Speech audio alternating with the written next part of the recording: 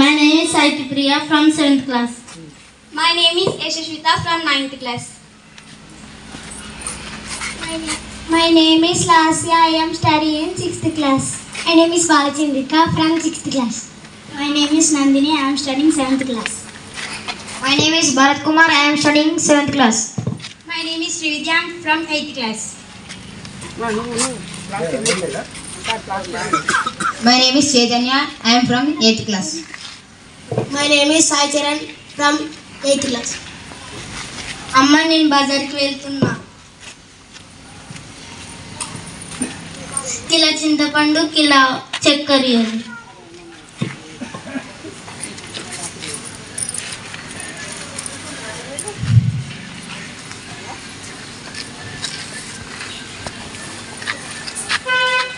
అమ్మ టిఫిన్కి ఏం తేవాలి? ఇడ్లీ, వడ, పూరి, చాయ్. ఎలా తేవాలి? వాడు కవర్లో ఇస్తాడు పోరా. చాయ్ ఎలా తేవాలి? వాడు ప్యాక్ చేసి ఇస్తాడు పోరా. వడ, దోశ, పూరి, చాయ్.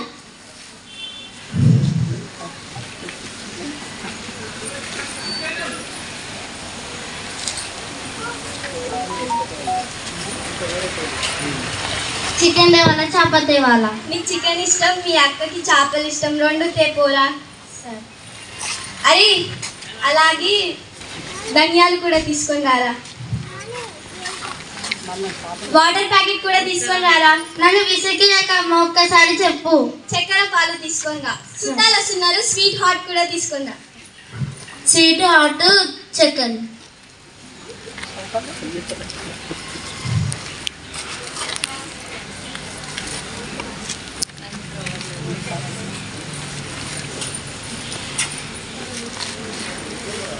ఇవన్నీ బయట పడైపోరా.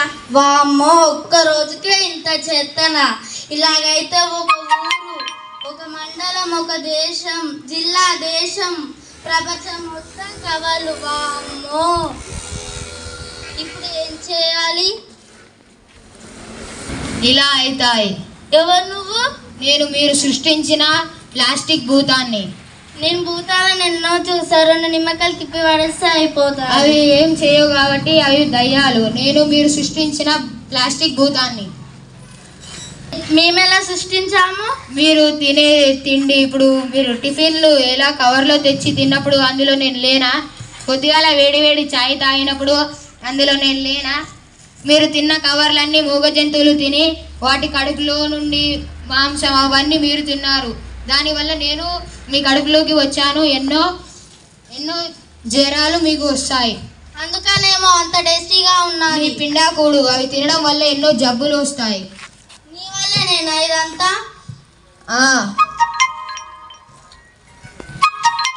అందుకే ఎంత వీలైతే అంత ప్లాస్టిక్ ని తగ్గించండి. నిన్ను భూమిలో కలిపేసా. నువ్వు భూమిలో కలపడానికి నేను 1000 సంవత్సరాలు పడుతుంది నేను కలిసిపోవడానికి. కాల్చేసా.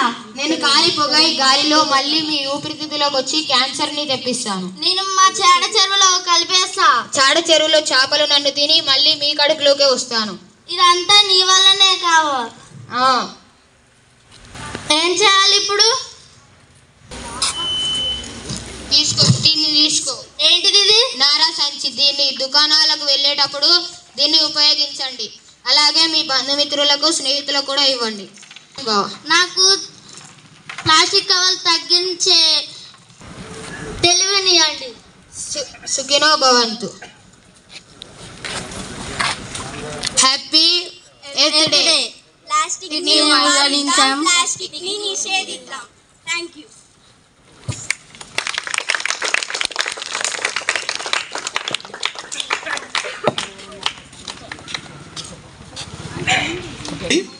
ఈరోజు ధరిత్రి దినోత్సవం సందర్భంగా, ఎర్త్ డే సందర్భంగా మనం నిత్య జీవితంలో ప్లాస్టిక్ వాడడం ద్వారా భూమిని ఎలా కాలుష్య భరితం చేస్తున్నామో అనే విషయాన్ని మన పాఠశాల పిల్లలు చిన్న స్కిట్ ద్వారా విలేజర్స్కి అందరికీ చెప్పాలనే ఉద్దేశంతో ఇక్కడికి వచ్చాము.